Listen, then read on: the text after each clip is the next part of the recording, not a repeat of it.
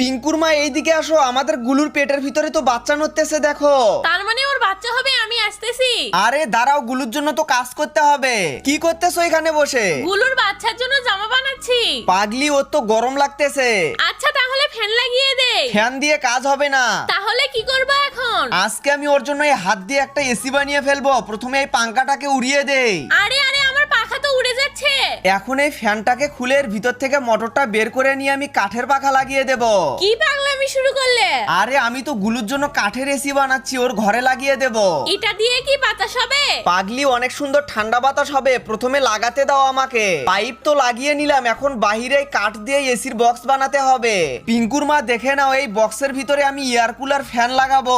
তুমি এটা ঘোড়া না হাতি বানাচ্ছ কে জানে? তুমি বেশি কথা না বলে আসো, আমাকে একটু সাহায্য করো, এসিটা লাগিয়ে ফেলি। এই তো এর ভিতরে পানি ঢেলে দিলাম, এখন কি এসিটা অন করব? দেখো ঝর্ণার মতো পানি পড়তেছে। বাতাসটাকে আরেকটু ঠান্ডা করে দাও। আচ্ছা তাহলে আমি এর ভিতরে বরফ ঢেলে দেই।